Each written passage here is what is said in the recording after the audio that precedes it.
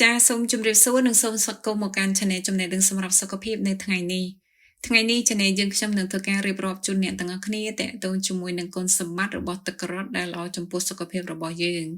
ដោយអ្នកទាំងអស់គ្នាបានជ្រាបស្រាប់ហើយថាការ៉ុតគឺជាបន្លែមួយប្រភេទដែលសម្បូរទៅដោយវីតាមីនសារធាតុរ៉ែសារធាតុចិញ្ចឹមនិងជាតិសរសៃតើដូច្នេះអ្នកទាំងអស់គ្នាអាចចូលរួមតាមដានស្ដាប់ជាមួយនឹងខ្ញុំទាក់ទងជាមួយនឹងគុណសម្បត្តិរបស់ទឹកការ៉ុតដែលល្អចំពោះសុខភាពសម្រាប់គុណសម្បត្តិទី1ហ្នឹងគឺជួយពង្រឹងប្រព័ន្ធភាពស៊ាំនៃរាងកាយរបស់យើងដើម្បីពង្រឹងប្រព័ន្ធភាពស៊ាំក៏ដូចជាការជួយការពាររាងកាយប្រឆាំងនឹងពពួកមេរោគផ្សេងៗអ្នកទាំងអស់គ្នាក៏គួរបន្ថែមទឹកការ៉ុតចូលទៅក្នុងរបបអាហារប្រចាំថ្ងៃដោយសារតែការ៉ុតគឺមានផ្ទុកនូវសារធាតុប្រឆាំងអុកស៊ីតកម្មដែលជួយរាងកាយប្រឆាំងនឹងពពួករ៉ាឌីកាសេរីការខូចខាតកោសិកានិងការរលាករីឯវីតាមីន C ដែលមាននៅក្នុងការ៉ុតក៏ជួយពង្រឹងប្រព័ន្ធភាពស៊ាំនៃរាងកាយរបស់យើងផងដែរសម្រាប់គុណសម្បត្តិទី2គឺជួយបញ្ចុះកូលេស្តេរ៉ុលបើសិនជាអ្នកទាំងអស់គ្នាចង់គ្រប់គ្រងកម្រិតកូលេស្តេរ៉ុលដោយមិនប្រើប្រាស់ថ្នាំអ្នកទាំងអស់គ្នាអាចធ្វើការបន្ថែមទឹកការ៉ុតចូលទៅក្នុងរបបអាហារប្រចាំថ្ងៃបានដោយសារតែទឹកការ៉ុតមានផ្ទុកនូវសារធាតុប៉ូតាស្យូមដែលជួយរក្សាកម្រិតកូលេស្តេរ៉ុលល្អសម្រាប់សុខភាពរីឯការបញ្ចុះកម្រិតកូលេស្តេរ៉ុលក៏អាចជួយកាត់បន្ថយហានិភ័យជំងឺបេះដូងនិងជំងឺដាច់សរសៃឈាមខួរក្បាលផងដែរ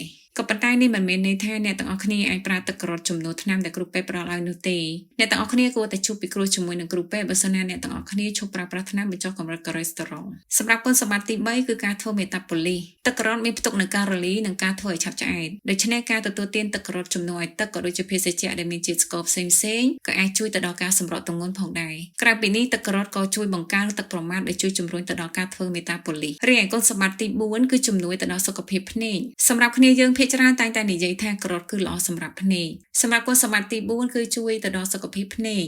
មនុស្សជាច្រើនតែងតែនិយាយថាការ៉ុតល្អសម្រាប់ភ្នែកហើយនេះក៏ជាការពិតទឹកការ៉ុតគឺជាប្រភពដ៏ល្អសម្រាប់សារធាតុបេតាការ៉ូទីនដែលជាប្រភេទនៃវីតាមីន A និងសារធាតុប្រឆាំងអុកស៊ីតកម្មវីតាមីន A មានតួនាទីជួយការពារផ្ទៃខាងលើនៃភ្នែកនិងជួយដល់កំហើញផងដែរម្យ៉ាងទៀតការទទួលទានទឹកការ៉ុតក៏អាចជួយជៀសផុតពីជំងឺភ្នែកផ្សេងៗដូចជាជំងឺភ្នែកឡើងបាយនិងការបាត់បង់កំហើញដោយសារតែការ៉ុតមានផ្ទុកនូវសារធាតុប្រឆាំងអុកស៊ីតកម្មដែលអាចជួយការពារភ្នែកពីការខូចខាតដោយសារពន្លឺសម្រាប់អត្ថប្រយោជន៍ទី5គឺល្អសម្រាប់ជំងឺមហារីកជុំទៅតាមការសិក្សាមួយទៅលើឥទ្ធិពលរបស់ទឹកការ៉ុតទៅលើកោសិកាមហារីកគ្រាប់ឈាមបានរកឃើញថាទឹកការ៉ុតគឺធ្វើឲ្យកោសិកាមហារីកគ្រាប់ឈាមខូចខាតនិងបញ្ឈប់វដ្តរបស់កោសិកាមហារីកផងដែរទោះបីជាទឹកការ៉ុតមិនអាចក្លាយទៅជាថ្នាំសម្រាប់ព្យាបាលជំងឺមហារីកគ្រាប់ឈាមក៏ពិតមែនតែការបន្ថែមទឹកការ៉ុតក្នុងរបបអាហារប្រចាំថ្ងៃគឺជាជម្រើសដ៏ល្អសម្រាប់អ្នកជំងឺមហារីករីឯការសិក្សាមួយទៀតទៅលើឥទ្ធិពលសារធាតុការ៉ូតេណុយដែលមាននៅក្នុងទឹកការ៉ុតបានឲ្យដឹងថាកម្រិតសារធាតុការ៉ូតេណុយខ្ពស់នៅក្នុងទឹកការ៉ុតក្នុងឈាមអាចជួយកាត់បន្ថយហានិភ័យនៃការលាប់ឡើងវិញនៃជំងឺមហារីកសូដន